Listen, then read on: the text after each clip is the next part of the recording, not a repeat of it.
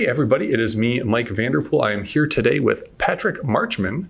Patrick, I asked you what your title was, and you said you had too many to name. So I'm going to leave that introduction, part of the introduction, up to you. But this is the Make It Happen podcast.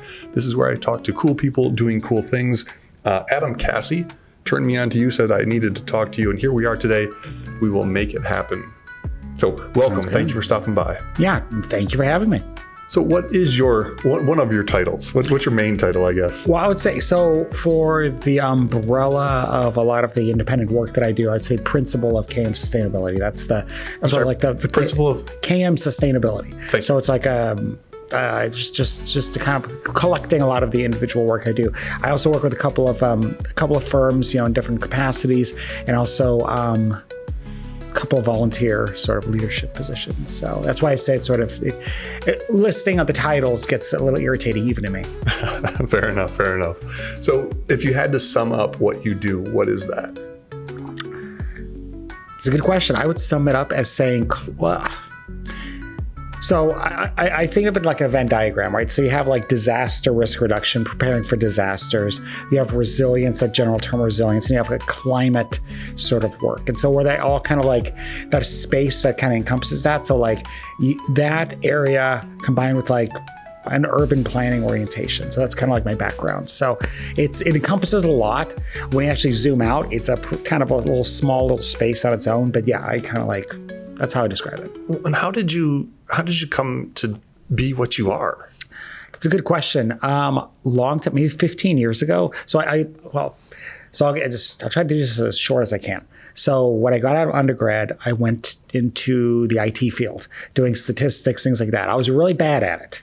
So I went to get a master's degree, and I wanted to do something that was like grounded in like reality that would not be outsourced very easily. And so I got into a sort of coastal planning, coastal policy area, graduated to some environmental planning work, and then around 15 years ago, started working for FEMA. And so as like a hazard mitigation planner. So that means like what I said, like helping to like mitigate natural hazards, like try to reduce their impact. And so did that for a while, did some different stuff for a while, but bounced really back into that sphere again, and then started moving to like the more of the climate space. And, right now, probably about 50-50, sort of like that natural hazards work and climate work. Although these days, natural hazards, you have to be thinking about the future. I mean, the past results are like no guarantee of future conditions. So what do you mean by disaster work here in that sense? Well, I would even say like say flooding. So like today? In some places, yeah. Flooding, severe storms, fire, like all sorts of stuff. It can be a pretty broad definition, but basically it's like how something like a natural event really intersects with humans in in a negative way. Okay. And like, was this something you were interested in early on, or how'd you get to now, I guess is the question? So I've always been interested in the climate sort of stuff way back when in the 2000s, when it was sort of still a little speculative, and Al Gore had his movie and everything, which great movie, not gonna diss it, but it was like in its own little space. I actually got into FEMA as a fluke. I saw something I thought was interesting. I applied for it. They wanted me. And so I dunked head first in. I got deployed for Superstorm Sandy back in, New York City. So I was walking around, neighborhoods in Brooklyn, handing out flyers. I was going the wrong languages, by the way. We had neighborhoods going in like a Russian Jewish neighborhood with the flyers in Thai and Haitian Creole. Wow. So a lot of stories, but still they're like pretty heroic people, but still. And yeah, it's sort of like, okay, it started really making sense. And as the 2010s kind of developed, and as this whole climate started getting to less to be a theoretical thing, and like looking at your window and starting to say, oh yeah, there's something going on here. And so we started seeing that sort of stuff, and it started making sense. Mm-hmm. And so, yeah, I just sort of like raised my hand wherever I could, and here I am. Oh, that's awesome. And where are you originally from? Originally, I'm from coastal Virginia. So Hampton, Virginia, right near like Williamsburg, Jamestown, everything. So I bounced around lots of places. So lived there, side of Atlanta for a while, Seattle, DC, where I met my wife. Then we moved to Lansing, Michigan for a bit, Kansas City, a little bit outside Toronto, and then here. And what brought you to Northwest Ohio? Probably it's interesting. Affordability. So, we were outside Toronto and we were looking at, there was a lot of good stuff there, a lot of great people, but the affordability was ridiculous. And one day we were visiting my, in-laws, and we were at a playground in Perrysburg, right? One of the city playgrounds, watching the kids play. And we're looking around, I'm like, this could work. And then next thing you knew, the stars sort of aligned, and it was like, yeah. And it was, it was really interesting because, I was visiting my in-laws. I saw sort of like one facet of the area, but I never saw like the actual living in there and all the other stuff. And so when I actually saw that, it was like, yeah, this actually could be a decent option. And it's been really great. It's been a really nice place so far, and we're happy here. Kids are happy. How long have you been here? About a year and a half so far. Wow. Okay. Yeah. The question I always ask the people who are from the region is, what would you do one day if you had one day to spend all the money you wanted to hang out with and show somebody the town? But I'm going to ask you that question. Yeah. Okay. So here's what I do. It would depend on the schedule. Like, so you can do whatever you want. Whatever I want. Imagine that schedules of things are happening. Okay. But you do have 24 hours. I have 24 hours. Okay. So here's what I would do. Breakfast, lunch, dinner. I would probably say breakfast. Who knows? But I would say we start out at least early in the day. It would be a little bit of driving. So first of all, going to Howard Marsh, which is like this metro park out near the lake, out east. It's beautiful. It's like literally like a marsh thing where you can like put in a kayak. It is absolutely gorgeous. I love it. It reminds me of home, like some of like the Virginia kind of like things like that. Spend a couple hours out there. Try to come back. I would say. Have lunch back in Toledo.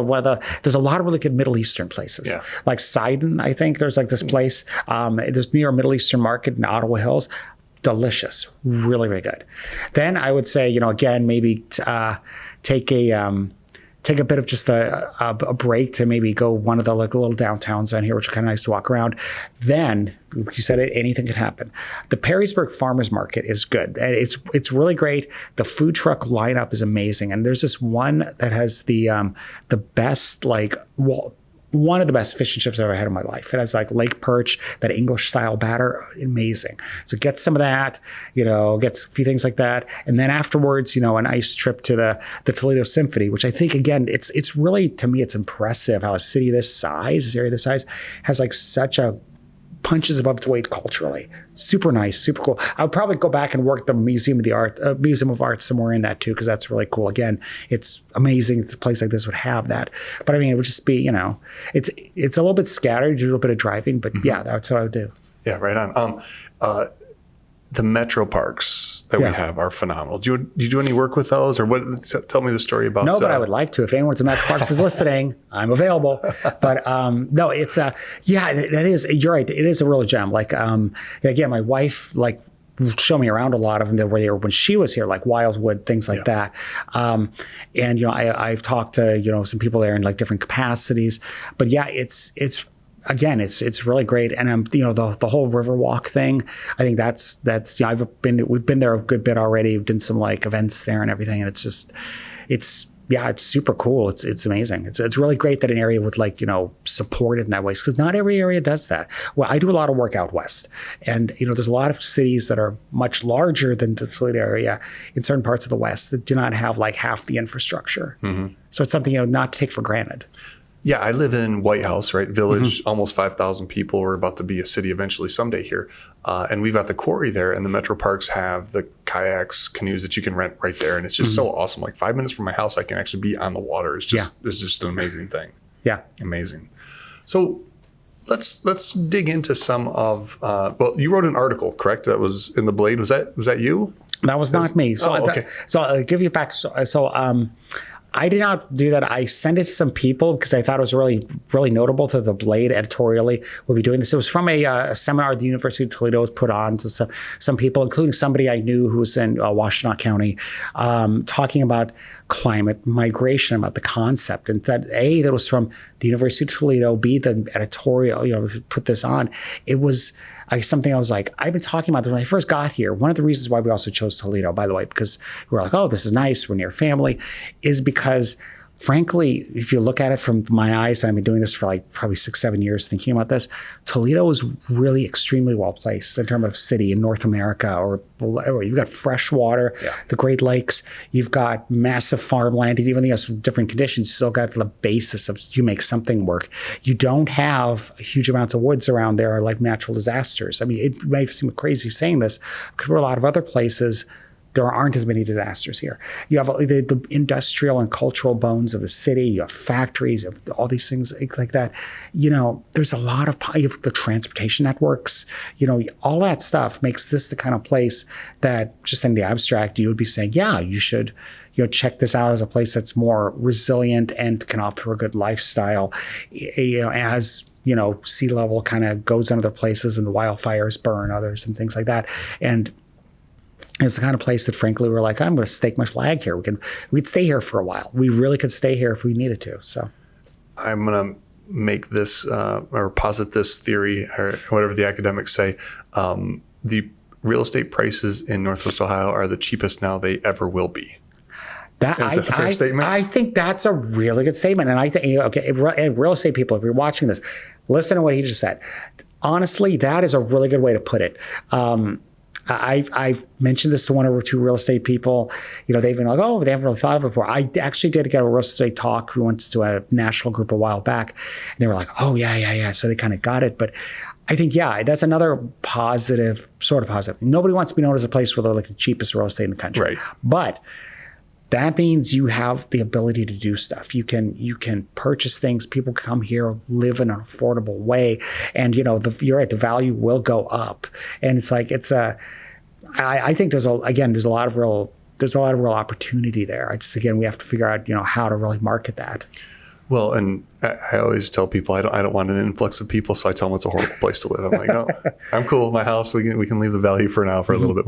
But to your point, like, I never really thought about the fact that we don't have a huge amount of trees. We've got oak openings, right? We do have some, but when we look at northwest Ohio, the 6 counties, right, north and west of Lucas County here, there's really nothing. It's 100% farm. I mean, 90% farm, right? Yeah, all flat green fields. Yeah, and it's interesting. Like I love trees. I love nature areas. Oak openings is great. Love forests and stuff. However, we have to be, when you're thinking like the climate thing, a lot of these, when this to dry out a bit, it can frankly be kindling.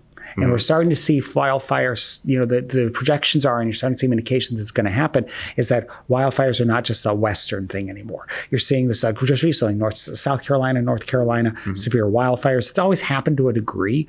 But again, as you get that sort of, in a weird paradoxical way, you can get more precipitation. And if you have like more gaps between precipitation, you also get like drought conditions with the initial precipitation. It's just like the intervals are longer. So you actually can be more at risk for these things. So again, it's one of those things to kind of think about. And the other part is, naturally, I know a lot of this area is part of the Black Swamp at one point. And I think, that's something that longer term, thinking about the maintenance of the tiles and things, that's something people will have to think about because the conditions will change.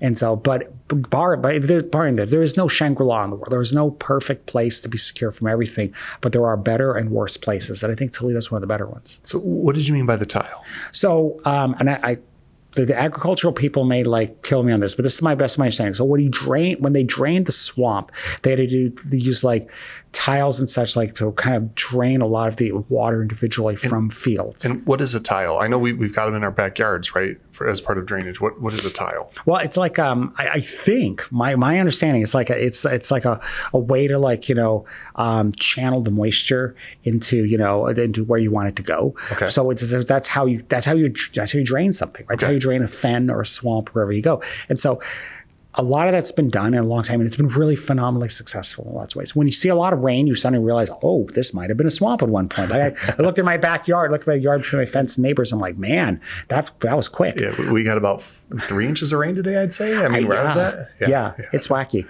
Yeah, and so, but So a lot of that depends, like all infrastructure. Infrastructure is built to certain standards, right? Okay. Like, you have a thing. I'm looking right now outside the window. There's a really nice, church over there. There's like some other facades on a building right next to me, and so these things are great. But they're also like, maybe consciously or not, there's a certain standard they're built to, right? They're meant to weather the elements.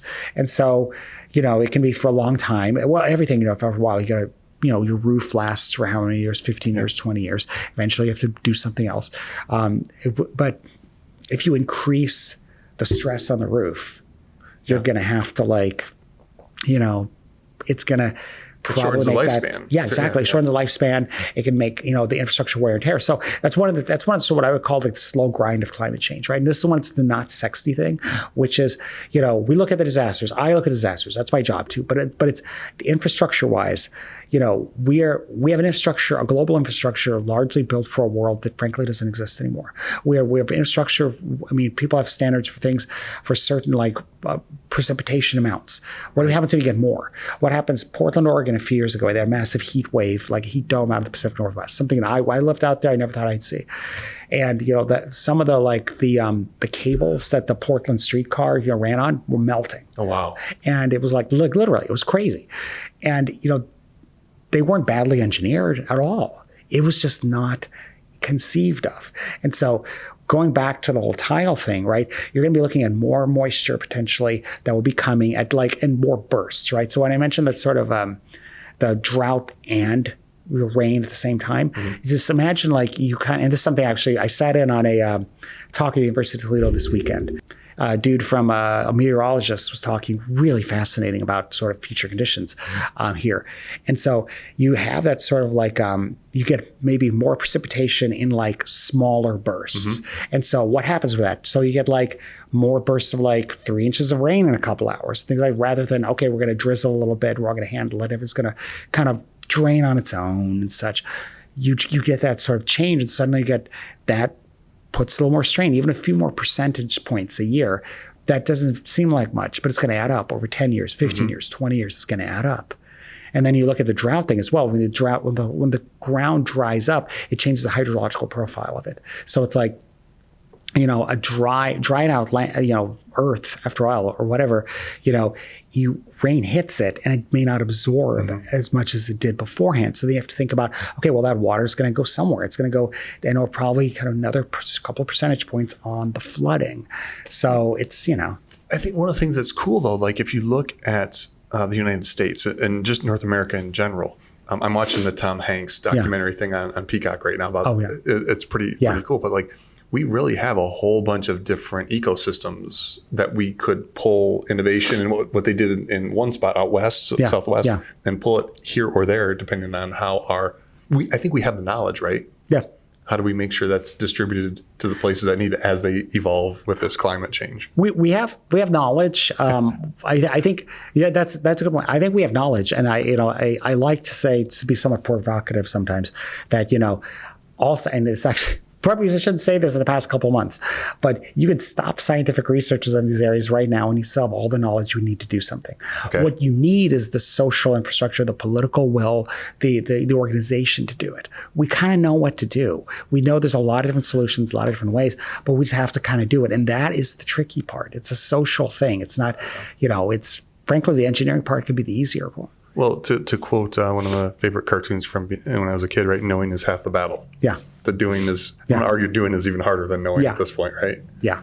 So what should we do? What do we need to care about right now? And you can't say everything. No, I'm not going to say it. I think we need to, I think we need to think about a couple of things. Number one, I have this discussion a lot. I think caring about the environment in every single way, I think is a great thing. And I don't want to rain anyone's parade. I encourage it. You want to worry about greenhouse gas emissions, do it. I'm all for it. I think we have to raise the profile of resilience because we need to realize that, some of this is baked in at this point. The Paris Agreement for 2015, we are blowing past the 1.5 degrees Celsius limit. We are blowing past it. Basically, it was, what is it? Goldman Sachs and a few other big investment firms, in the past couple days released a report in the fine print. Basically, they're assuming a 3 degrees Celsius world in terms of temperature increases by 2100. That's like meters. That's like feet of sea level rise. That's not inches. That's feet. That's what the big banks, the big the vampire squids on Wall Street are assuming. Vampire squids, I love that. Yeah, it was an old book about that. Likened, some of the Wall Street firms to like vampire squid, that was sucking on the face of humanity or something, which is hilarious. But it's like these are the firms people say they're just whatever. They may be greedy, but they also have to think about their money. They have to. That we have to think about our money. So this is something that should be absolutely paid attention to. Resilience. We can't just try to reduce greenhouse gas stuff. We have to think about the fact that we're moving to a different world. We have to build resilience and adapt to it. And it's not just a negative thing. Like we have not just preparing, not just being preppers, but we can build a world in a lot of ways that can, contribute to thriving, right? We can do a lot of good things in the middle of this. You can create, say, what is it? Property buyouts. We'll talk about again the whole migration thing. Well, one of the micro scale things is the property buyout, where you purchase a home that's been repetitively flooded over and over again. So then it's not going to keep getting flooded. You have to pay it back, right? So what do you do with that space? In a lot of places, Cedar Rapids, Iowa is a great example. They had a lot of floods. They bought out a bunch of homes. You create a nice, really nice park. The park is designed to flood, right? Nice. And it's kind of designed to this, but it's also a massive amenity. It increases the value of everything around it. It's almost a revitalization thing. That's an example of an approach you can use that's not merely defending, but it's here's the world we are. What are we going to do with it? And here's something that we've done that's positive. I really do think, I think that's possible in a lot of ways, and it's exciting. So I'm here with Patrick Marchman again, and we're talking about all kinds of awesome stuff. Natural disasters, climate, migration is the topic we're on right now. And I'm really, really interested because I've heard this phrase for the first time in the past few months, going to some of the regional events and things like that. And it's part of this, help me better understand what climate migration is, how it's going to impact us who are locals here, and just, tell me the story. Yeah. So climate migration. I guess you could think about the concept basically under the question, where will people go, right? So we've talked about, I've wrote a book chapter once that I put to 3 sort of areas in the response to climate change. Number one was mitigation. We're going to cut the greenhouse gases. We find out we're not doing that enough. We've got to adapt. Okay, we're starting to adapt. We can't adapt everything, so we've got to figure out where people are going to start moving to. Now you can think about it at the micro scale, which is property buyouts, like I just mentioned, or you can think about broader scales, like neighborhoods, communities. You can go all the way up to international scales in terms of migrations of millions of people. Climate migration is a general umbrella term for that kind of larger scale thing. There's the smaller scale is managed retreat was the general term, and it's still used in lots of places, although there's some controversy. What was that term? Managed retreat. Managed retreat. Managed retreat, yeah. So there's a little bit of controversy in some circles. I've heard more climate relocation or climate displacement being used, but I'm fine with it because again, it's getting that conversation into the mainstream of policymakers and such, which is it's great. I think, generally when we're talking about, when you think about Toledo, you're thinking about, I think in terms of somewhat of an international scale, but mostly on the national scale, as in you have, a lot of places in the United States, coastlines, things like that. For decades, you had an out-migration from the Rust Belt. People have been moving down to the Sun Belt, as fast as they could. I sort of grew up in the Sun Belt and parts of it, and I get it. But as conditions start getting a little rougher, and it's not just maybe the climate side. We could say, okay, well, things are more expensive, things are more crowded, but also a lot of this is sort of climate, for instance, Florida and places where you're seeing not only measurable sea level rise right now, but you're seeing, if you look at real estate data, you can see that, some neighborhoods closer to the ocean are actually appreciating at a slower rate than the neighborhoods that are more inland, that are more sheltered. You're starting to see this, and a lot of research we've done again, people are starting to move. Right now, it's mostly moving within like cities, different neighborhoods, or, like in sort of states locally. But and eventually, at some point, people will start. There's a good chance. I think I'm betting money. I actually have bet. I bet. My family's. We bought a house here and such. But I think people will start, in some ways, to some small degree, maybe reversing some of the migrations, sort of away from the Rust Belt. And I think, it's not just Toledo. There's lots of communities around the Great Lakes, especially. There's lots of other places. I mean, Spokane, Washington, nice place. Lots of, certain places around you'll see that are pretty good. It's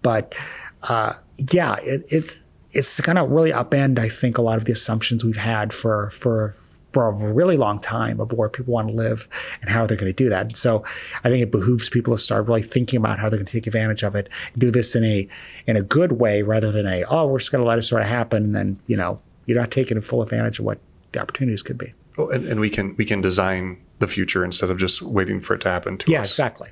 And fresh water is always going to be a super valuable resource. And I think for a little while, we've probably taken some, what's the word? Liberties with it. You can say we take liberties. We've taken the Great Lakes for granted, yes. I would argue, based on somebody who grew up in Monroe and has been around the block a little bit. Yeah, absolutely. I think, having said on the abstract, we have the largest freshwater reserve in the world right here. Like these Great Lakes are the largest chunk of freshwater in the world. That is liquid gold, especially for the era we're coming to. It has not been treated well. People have taken it for granted, like I said. And I think it's something people are going to have to figure out what to do with that and to treat it better and such. But assuming people can, it is just, it's a resource unparalleled. And I think, that's the kind of thing that can bring people, because when you get down to brass tacks, at some level, people need things like food, water, shelter, the real basics. And there are going to be a lot of places, that it's going to get harder to get some of those basics. Yeah. Yeah. I mean, some of the fight over energy and natural resources in science fiction, I mean, Waterworld, right? I mean, Well, I mean, you mentioned that. There's a really interesting novel that I would recommend called The Water Knife. The author is Paolo Bacigalupi. I think he sets it in like a future or in Phoenix, right? At Phoenix, of course, the water goes out in Phoenix. What happens after a while? But it really kind of also refers back to Cadillac Desert, which is a really classic book on Western water resource use. So it's kind of really grounded in ecological science.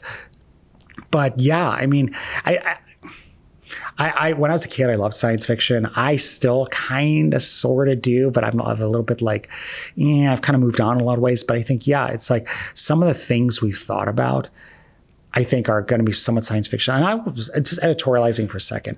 I feel like science fiction has not at all really stepped up to the challenge of like what we're facing right now in a really interesting way. Because when I was a kid, I feel like I read more about climate change than I've seen in the present science fiction stuff. This was like in the 80s and 90s.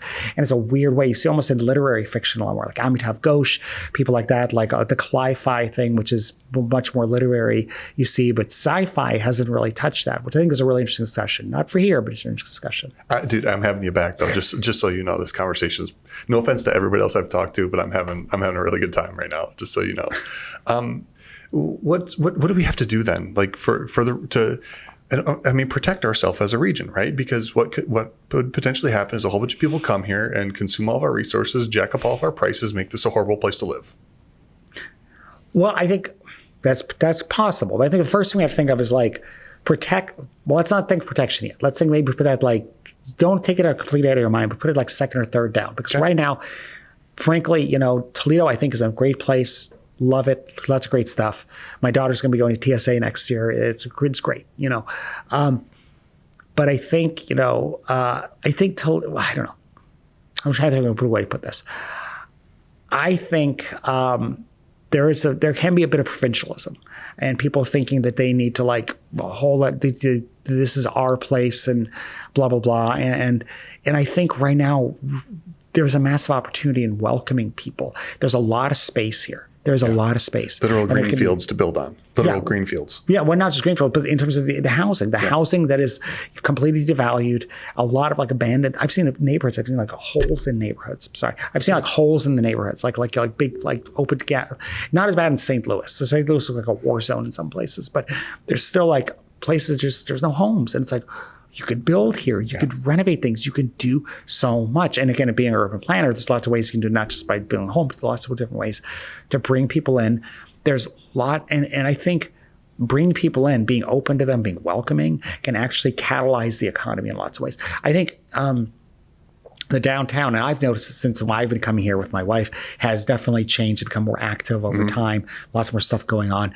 That's great, but you more people, if you do it right, can bring more economic activity. You bring more you create something where there wasn't. So it's not just so you're just managing the decline anymore. You can use the idea of people people coming here as a thing to really start something new. And you can also really stop even thinking in terms of inevitable decline. I think, Toledo, I've noticed some people have had sort of almost an inferiority complex about it. I've heard, neighbors when I moved here talking about, oh man, Arizona is so great. I'm like, I have opinions on that, but it was like, this is pretty nice here too. You can get on a plane, but you don't have to flee or something. And, it's one of those things I've seen there's some civic pride, which is great, but I think just more of that because it is and this goes not just for Toledo, people places like Cleveland, places like Detroit. Yes, they're the butt of jokes and things, but I think there is so much positive potential in so many of these cities. And it's really surprise. It's almost inspiring. It's almost exciting to imagine if people were to take advantage of this moment, what it would look like in 20 years, 30 years, 50 years, as a lot of places like the Miamis and the Phoenixes and the Dallases start really buckling under the pressure of climate change, what some of these cities can really become. And I think it's incredibly exciting. And I think, right now is the time to start building the groundwork for it. There's great bones here, but now there's so much you can do. So what do we do? Well, let's see. I think first thing, putting on, if I was the person who could dictate what was going on in the region, I would say right now. I'm blessing you now. You have the ability. That's awesome. Good. Okay. So I would think, we need to be thinking about this really seriously. So I would be thinking in terms of the TMACOG levels, thinking about this. I'm sorry, the what? Toledo Metropolitan Area Council of Governments. Okay. So it's a convening body for lots of local governments. They could be, to me, that's the natural sponsor, but there could be other ways. The city could convene this, the counties and such, but basically getting bodies together to look and say, okay, you can go on the rubric of economic development because, everyone loves economic developers. Their job is to be a rainmaker, to bring stuff in.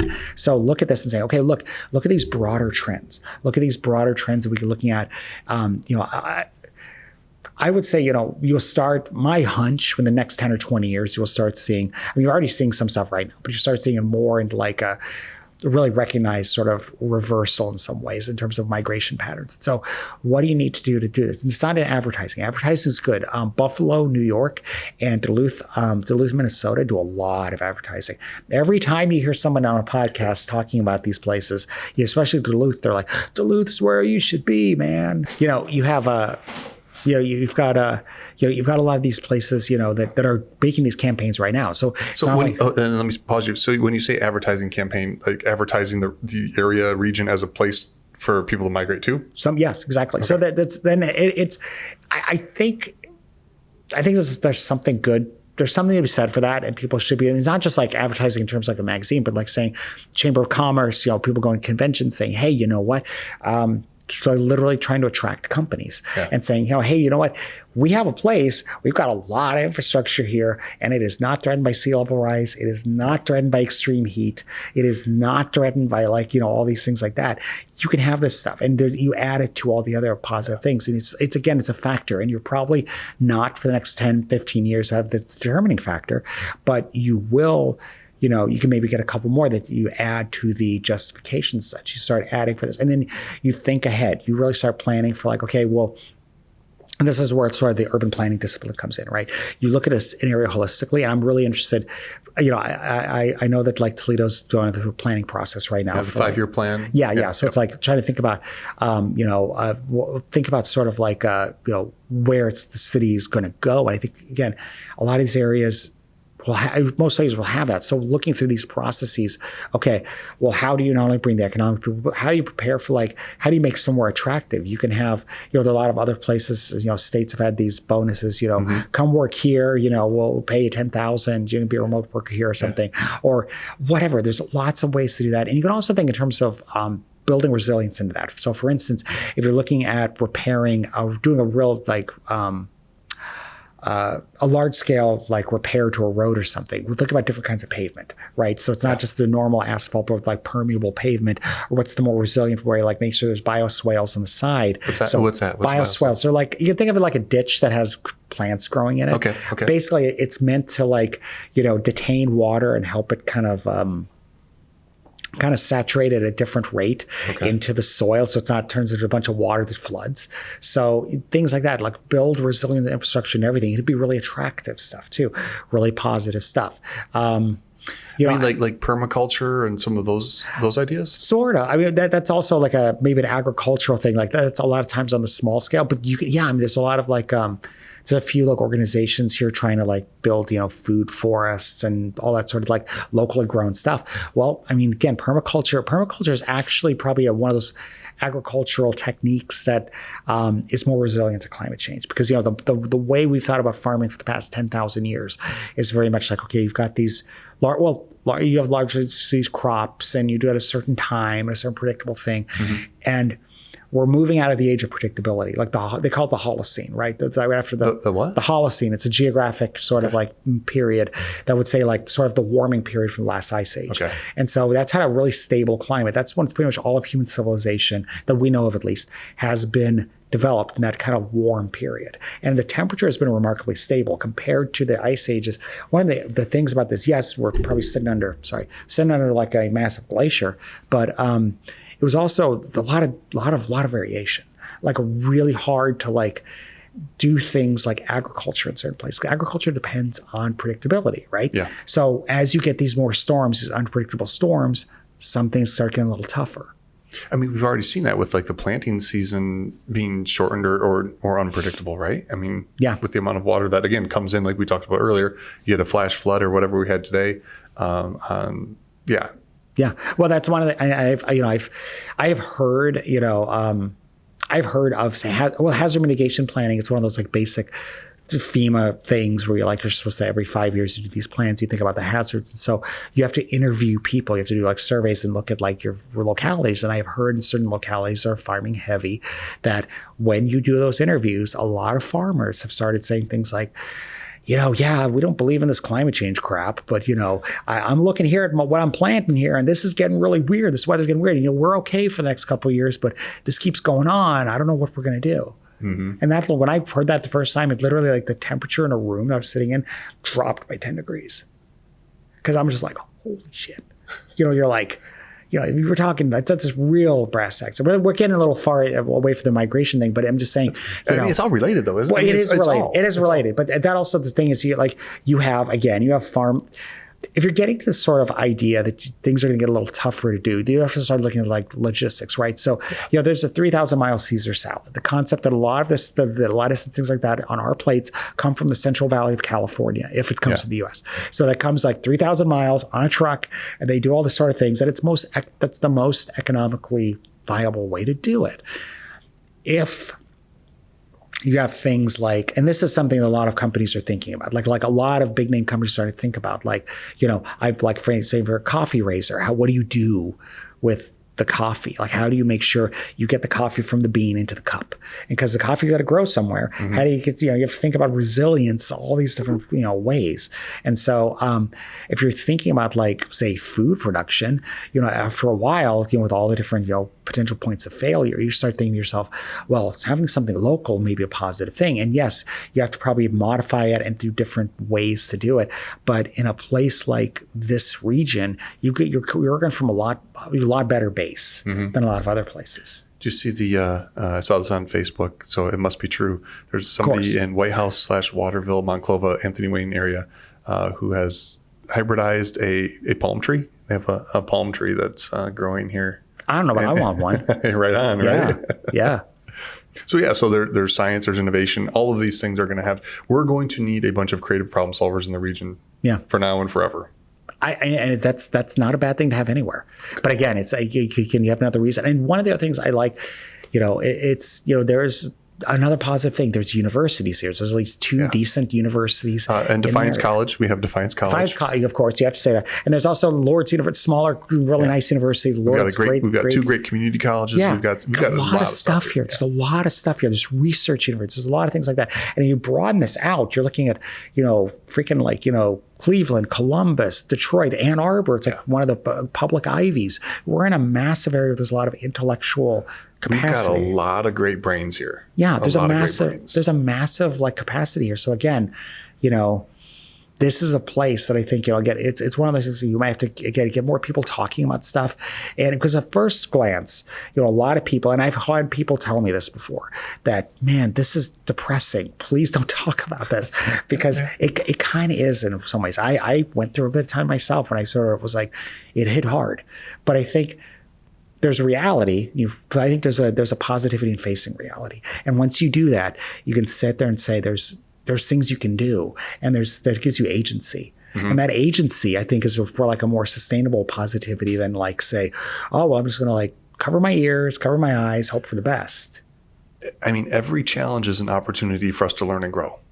Yeah. And if we have that mindset, then bring it on. Well, historically, there's one, I love history. So one of the things I think about is, a lot of things in history, a lot of the like the cultures that have emerged. I think I'm going to go back to like say Toynbee, Peter Turchin. He's a newer guy, things like that. But in general, if you look at some of the ways cultures have emerged in history, be it Greece or like whatever like that, a lot of them really emerged from like a stimulus of like challenge. You could even say that human beings themselves, why did people start doing agriculture in the first place? Well, they were doing pretty good. People, we like to think they were in caves. They weren't. They were doing pretty good beforehand. Really good, actually.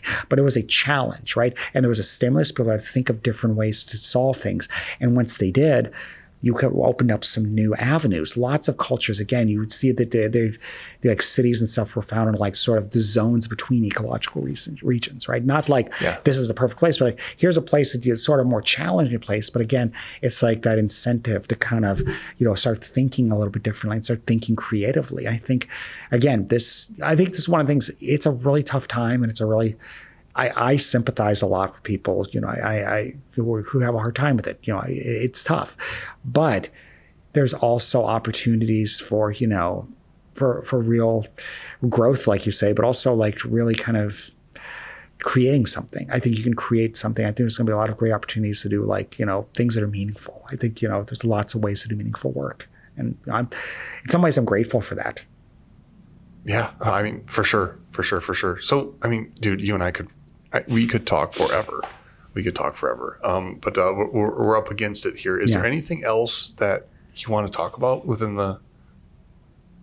before we wrap it up? Anything else? I'm having you on again, just so you know, Patrick. We're talking again. Yeah, no, that's fine. I'd love to. But I think.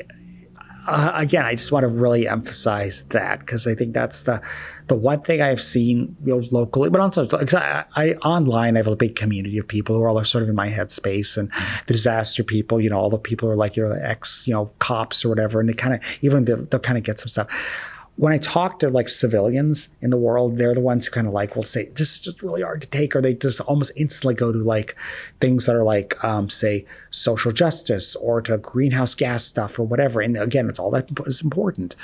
But I would just say encourage people just to really think. And it may be a hard thing to look around you and say, this might be really different in 10, 15, 20 years. And there might be storms that come through and they're going to like things that you haven't seen before. And it might be like hard to realize that. But again, once you kind of face these things, you realize there are things you can do. You may not be able to change the world by yourself, but you can change your community. Working with other people, you can do things to create something. And you can create, again, they talk about adversity, right? They talk about like the World War II. People talk about this all the time. Like, it was horrible, but, like in London, you talk about camaraderie. People were like working together. The U.S., the legends of the Victory Gardens and all these sort of things. Like in the middle of all this stuff, people found ways to work together, feel more socially connected, and to feel that meaning that really gives purpose to life. And I think, we can do that here. It's tough, but, we can do that here. And we just, yeah. And that's how we've survived as a society for thousands or millions of years, depending on which side of the aisle you want to subscribe to, right? This is phenomenal, Patrick. I appreciate this conversation so much. This has been, no offense, everybody else. I'm going to say it again. This was the best podcast I've had. I appreciate that. That's awesome. And I do hope you say it to the next guy too. I do. But I mean, it's cool. It's cool. I do thank you so much for giving me a chance to like ramble on, because I get excited about this stuff. But that's, dude, your passion comes through, and I like talking to passionate people because it just makes my job easier. I don't have to talk as much. All right. Like to make people's job easier. Thank you. Awesome. Thank you. Everybody, thank you for taking a listen. One last thing. If people want to know more, what's the best place for them to start? That's a good question. So I would encourage you to look at LinkedIn. My name is Patrick Marchman. I'm on LinkedIn. I do stuff a lot there. I still have to put a company website. I've been lazy. I'm sorry. I will do it the next year. But LinkedIn is where I usually hang out professionally. So I've got my email address on there. You can message me on there. That's probably the best way to get in touch with me. Awesome. Patrick, thank you so much. Everybody else that's out there, please, let's make sure we are being good stewards of this world that we've been given. Take care, everybody. Make it happen.